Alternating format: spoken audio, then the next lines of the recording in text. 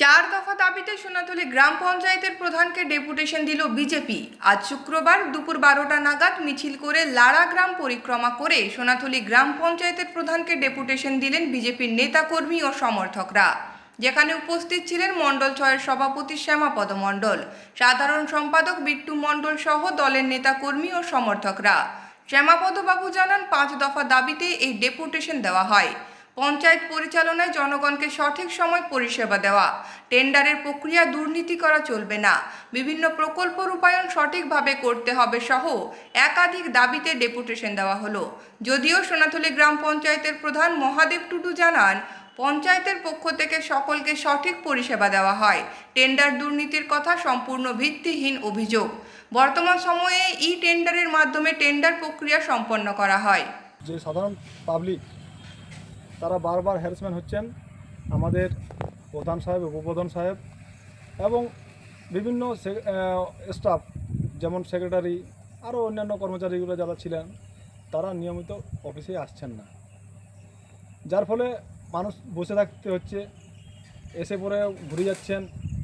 তো আমরা সেই ব্যাপারে একটা কথা বললাম, প্রধান সাহেব বললেন যে আর দ্বিতীয়বারটা হবে না, তো আমাদেরকে আশ্বস্ত করলেন।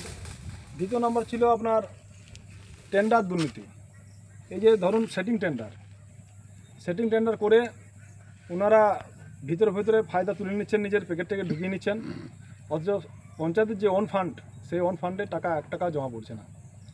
আগে আমরা 33% 34% লেসে আমরা কাজ দেখিয়েছি 2019 সালে 2021 সালে, অথচ এখন দেখুন 0.31% এমনি পার্সেন্টেজ দিয়ে কাজ করছেন। আরও তৃতীয় নম্বর ছিল যেমন বিভিন্ন সার্টিফিকেট, ভিডিও ইনকাম বলুন, এদিকে আপনার প্রধানের ইনকামই বলুন, সব অনলাইন যেহেতু করে দিয়েছেন, সেই অনলাইনের জন্য কোনো বাচ্চাকে 1 মাস 1.5 মাস ঝুলে থাকতে হচ্ছে। তো সেটা আমরা বললাম প্রধানকে যে এইটা আমাদের ভিডিও ইনকামের মতন হবে না, তো যে টাকার বিনিময়ে সার্টিফিকেট ইস্যু হবে বা কোনো ব্যক্তির দোকানের সার্ভারে ইস্যু হবে, এই জিনিসটা যাতে না হয়। আরও আমাদের এই প্রধান সাহেব বললাম যে সমস্ত এলাকায় ঘর দিতে পারেন না আপনারা গরিব মানুষগুলোকে, সেই গ্রামগুলো কমসে কম তিরপলের ব্যবস্থা করুন। সেই তিরপলও দিতে পারছেন না। বলি পঞ্চায়েত তো আমাদের ওন ফান্ড রয়েছে, সেখান থেকে কিনে দেন, আপনারাই দেন, আমাদের দরকার নেই। আমরা যে এরপরে যে আমরা ডিস্ট্রিবিউট করবো সেটা দরকার নেই, আপনারাই তদন্ত করে তুলে দেন, ওনারা হাতে তুলে দেন, ওনাদেরকে বাঁচার মতো একটা সুযোগ করে দেন। আপনাদের যে এগুলো দাবি যদি না মানা হয় কিংবা না শুনে, তো আপনারা কি কোনো পথে যাবেন? দেখুন, আমরা যদি আমাদের যে দাবিগুলো তুলে দিলাম সেই দাবিগুলো যদি না মানেন, তাহলে কিন্তু আমরা বৃহত্তর আন্দোলন করব এবং পঞ্চায়েতের তালা পর্যন্ত আমরা গেটে মারিয়ে দেবো।